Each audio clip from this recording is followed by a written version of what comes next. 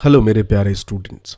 इस वीडियो में मैं आपसे कुछ ऐसे एक्सरसाइज शेयर करने वाला हूँ, 5 से 7 ऐसे एक्सरसाइज, छोटे छोटे एक्सरसाइज जो आप अपनी डेली लाइफ में कर सकते हैं, जिससे आपकी हैंडराइटिंग वाकई बहुत अच्छी और साथ में फास्ट हो जाएगी। इन द सेंस कि एग्जामिनेशन में जो आप 3 घंटे में नहीं कर पाते हैं वो आप तकरीबन 2.5 घंटे में कंप्लीट कर लेंगे और रिमेन 30 मिनट्स आप उसे अच्छे से चेक कर सकते हैं। तो इस वीडियो को शुरू से एंड कंप्लीट देखिए होता क्या है कि आपकी हैंडराइटिंग भी अच्छी है। कई बार आप सब्जेक्ट नॉलेज में बहुत ज़्यादा अच्छे हैं, आपको सब्जेक्ट की पूरी अच्छी नॉलेज है, फिर भी एग्जामिनेशन में आप 3 घंटे में पेपर नहीं कर पाते। तो सबसे पहला और बहुत छोटा और बहुत आसान और सबसे मेन असरदार वाला जो टिप्स ये है कि जो आप पेन यूज़ करते हैं हमेशा एक बॉल पेन यूज़ करिए।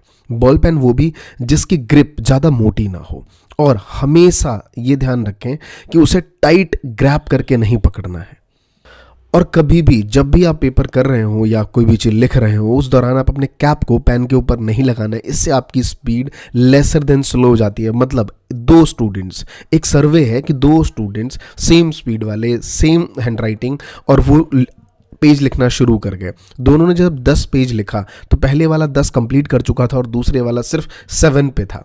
सेम सिचुएशन रेसिप्रोकल करके देखा गया कि अब उसके ऊपर कैप लगाया गया और दूसरे पे नहीं, तो सेम उसने भी यही किया। यानी कि अगर आप विदाउट कैप लगा के लिख रहे हैं तो आप 10 पेज तक लिख पाएंगे, और कैप लगा के तो सिर्फ 7 to 8 पेज मैक्सिमम, तो 2 पेज का आपको लॉस होता है। तो बिना कैप के हमेशा पेन को यूज करिए। और नेक्स्ट जो कि है फिंगर को ट्रेन करना। एग्जाम्पल देता हूँ, एक बहुत बड़े क्रिकेटर विराट कोहली, जब आप उनको खेलते देखते हैं तो कहते हैं वाओ यार कितनी अच्छी बैटिंग स्किल है इनकी, कितना अच्छा खेलते हैं ये, बताओ सेंचुरी तो इन्होंने सचिन तेंदुलकर से बहुत पहले 100 की 50 कर दी, कितने महान क्रिकेटर बनेंगे। लेकिन एक महान क्रिकेटर सिर्फ क्रिकेट खेलने से महान नहीं बनता, उसके पीछे की जो प्रैक्टिस है, यानी कि उन्हें आपने देखा होगा वॉलीबॉल खेलते हुए, उन्हें आपने देखा होगा फुटबॉल खेलते हुए, उन्हें आपने देखा होगा बैडमिंटन खेलते हुए, जिमिंग करते हुए, स्विमिंग करते हुए। ये सारी एक्सरसाइज बहुत ज़रूरी है। तो अगर आप पेन से लिखना चाहते हैं तो आपके हाथों की, फिंगर की एक्सरसाइज बहुत ज़रूरी है, और वो टिप्स भी मैं आपके साथ शेयर कर रहा हूँ। तो इसकी एक्सरसाइज आप कैसे कर सकते हैं? आपने स्माइली बॉल देखी होगी, राइट? उसको आप लेके अपने हैंड को प्रेस करेंगे, जिससे आपके फिंगर्स जो हैं वो सही से वर्क कर पाएंगे। और एवरी डे यानी कि 2 मिनट 3 मिनट जब भी आप कुछ कर रहे हो एक्सरसाइज, तो उस टाइम ये स्माइली बॉल्स को लेके आप प्रेस कर सकते हैं। और ये एक बहुत ही अच्छी हैबिट है अपने फिंगर्स को बहुत ज़्यादा फ्री करने के लिए। नेक्स्ट बहुत सिंपल है, हमेशा आपके पास पेन और पेंसिल रहता है, इसको लेके हमेशा फ्री हैंडली जिस पोजीशंस में आप इसको पकड़ते हैं उसको पकड़िए छोड़िए, पकड़िए छोड़िए। ये चीज़ बहुत ही ज़्यादा इंटरेक्टिव बना देती है आपको पकड़ने के स्टाइल में, और ये एक्सरसाइज बहुत ही इम्पैक्टफुल है। बहुत लेस इसमें टाइम एफर्ट लगता है, लेकिन बहुत ज़्यादा इम्पैक्टफुल इससे रिजल्ट निकल के आता है। और जब भी आपके घर में जो रबर है उसको लेके आप अपने फिंगर्स में लगा के तकरीबन 10 से 20 टाइम्स इसको stretch out stretch out stretch out बार बार करेंगे, जिससे आपके फिंगर्स की जो नसें हैं वो बहुत ज़्यादा खुल जाती हैं और आप अपने पेन को बहुत फ्रीली, बहुत फास्टली लिख सकते हैं। कहते हैं फास्ट लिखने का एक बहुत सबसे आसान तरीका है रबर बैंड को एवरी डे 20 टाइम्स आप स्ट्रेच आउट ज़रूर करें।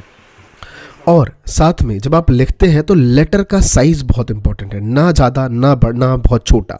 हमेशा इसका एक मीडियम साइज़ रखिए कि इससे होता क्या एक्चुअली, जितना बड़ा आप लेटर का साइज़ रखेंगे वो टाइम टेकिंग है। आप सोचिए ना, आप अपने पूरे पेपर पे एक बनाइए, ए लिखिए बहुत बड़ा सा ए, और वहीं पे एक छोटा सा ए लिखिए, दोनों के साइज़ में डिफरेंस है, तो ऑब्वियस सी बात है टाइम का टेकिंग दोनों का अलग अलग होगा। और नेक्स्ट कि जब भी आप अपनी आंसर शीट कर रहे हो, पढ़ रहे हो, लर्न कर रहे हो, तो लर्न करने के बाद 2 से 3 बार उसको लिखना शुरू करिए। एक एवरेज मिनट ये है कि तकरीबन एक एवरेज स्टूडेंट 5 से 6 मिनट में अपनी पूरी शीट भर लेता है अगर वो फ्रीली लिखना शुरू करे कोई भी थ्योरी के सब्जेक्ट्स को। लेकिन इस टाइम को बार बार रिटर्न करके स्टॉप वॉच के साथ आपको इसको तकरीबन 4 मिनट में लेके आना है, और ये एक दिन में नहीं होगा। इट्स टेक टाइम, इसमें समय लगता है, और जितना समय आप लिखने में देंगे ये समय बहुत नज़दीक आता जाएगा। और एक छोटा सा मिथ मैं क्लियर कर दूं आप सबके सामने कि बहुत से लोग कहते हैं कि ज़्यादा लिखने से आपकी हैंडराइटिंग अच्छी होती है। जी नहीं, ज़्यादा लिखने से आपकी हैंडराइटिंग अच्छी नहीं होती। कई लोगों को देखा, अब मान लो आप डॉक्टर्स हैं, डॉक्टर की हैंडराइटिंग आपने अच्छी देखी है। अच्छे की कोई डेफिनेशन नहीं है पहली बात कि क्या अच्छी है। अच्छी की सिंपल डेफिनेशन ये है कि जो आप लिखते हैं आपके टीचर को, जिनको आप लिख रहे हैं, वो समझ जाए, दैट्स इट। तो डॉक्टर का लिखा हुआ वो केमिस्ट वाला समझ जाता है। और एक जोक भी है कि वो लिखता है कि भाई मैंने तो काट लिया, अब तू काट ले। तो ये चीज़ बच्चों, ये बहुत ध्यान रखनी है इन चीज़ों पे कि सिंपल आप लिखें एग्जामिनेशन में उतना कि एग्जामिनर को समझ आ जाए जो आपका टेस्ट पेपर चेक करेगा।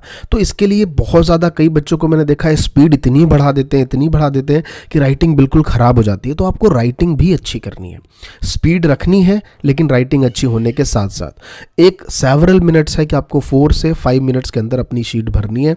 ये बड़ी इंपॉर्टेंट बात है जो आपको समझनी है। स्टॉप वॉच का सही इस्तेमाल करें और एवरी डे फ्रीली कोई भी चीज़, मान लीजिए अब आपको समझ नहीं आ रहा कि क्या लिखें, कंपटीशन के एग्जाम में बैठे हैं, समझ नहीं आ रहा क्या लिखें, या फिर आप अपने 9th में है, 10th में, 11th में है और इस दौरान आपको लगता है कि यार बहुत कुछ लिख चुका हूँ, आज ना सेम सब्जेक्टिव कुछ लिखने का मन नहीं कर रहा।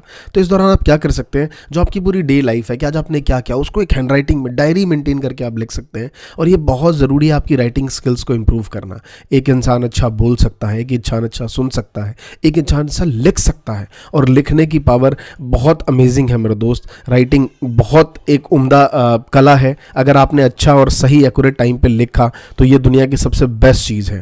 रिटन चाहे कितनी भी मटेरियल्स आपको फ्री में मिल जाए, आपको सुधर लिखने की क्या ज़रूरत है। इतने सारे तो नोट्स हैं, टीचर के गेस्ट पेपर्स बन मिलते हैं, क्या लिखना ज़रूरी है। देखिए गूगल के पास सब कुछ है, लेकिन अगर मेरे पॉकेट में भी वो चीज़ें हैं, वो पॉकेट आप में भी हैं, लेकिन अगर मेरे पास नॉलेज है तो सबसे ज़्यादा मुझे पूछा जाएगा। तो सिंपल है कि नॉलेज कहीं रखा हुआ है वो क्या अलग चीज़ है, अगर आपके अंदर है तो आपकी तारीफ होगी। तो अपनी नॉलेज भी बिल्ड करनी बहुत ज़रूरी है, अपनी स्किल्स बढ़ानी बहुत ज़रूरी है। तो देर नहीं करना है, जो मैंने टिप्स शेयर करे हैं इसको इम्प्लीमेंट करिए और गारंटी है कि आपकी राइटिंग की स्पीड जो है वो भी बढ़ जाएगी, जो क्वालिटी है वो भी इम्प्रूव होगी। और लिखने के फ़ायदे क्या हैं कि जब आपको कोई लेटर याद नहीं होते, इंग्लिश के वर्ड मीनिंग बहुत सारे याद नहीं होते, कई बार आप जो आपने तारे ज़मीं पे फिल्म देखी है वैसी प्रॉब्लम्स आपके साथ आती है कि लेटर को आप आगे पीछे कर देते हैं। तो लिखने से बेनिफिट ये होता है कि आपको वो चीज़ याद हो जाती है और स्पेलिंग जो मिस्टेक्स हैं वो बहुत ज़्यादा ठीक होती है। तो लिखने का सबसे बड़ा फ़ायदा ये है कि जो आपकी स्पेलिंग मिस्टेक है वो ज़्यादा से ज़्यादा ठीक होगी, और मुझे लगता है कि ये चीज़ आपके एग्जामिनेशन में आपके नंबर्स को इम्प्रूव करने में बहुत ज़्यादा हेल्प करेगी। तो देर नहीं करना है, ये सारी चीज़ें करनी है। दोस्त अगर आप इस चैनल पर नए हैं तो मैं आपको बता दूँ कि मैं यहाँ पर ऐसे ही स्टूडेंट रिलेटेड वीडियोज़ डालता रहता हूँ। तो प्लीज़ चैनल को फॉलो करिए, यानी कि सब्सक्राइब करिए, और नए हैं तो लाइक बटन दबा के इस चैनल को दिल से प्यार दीजिए और हमेशा नोटिफिकेशन बेल ऑन रखिए कि जैसी वीडियो डालूं आप तक मिले।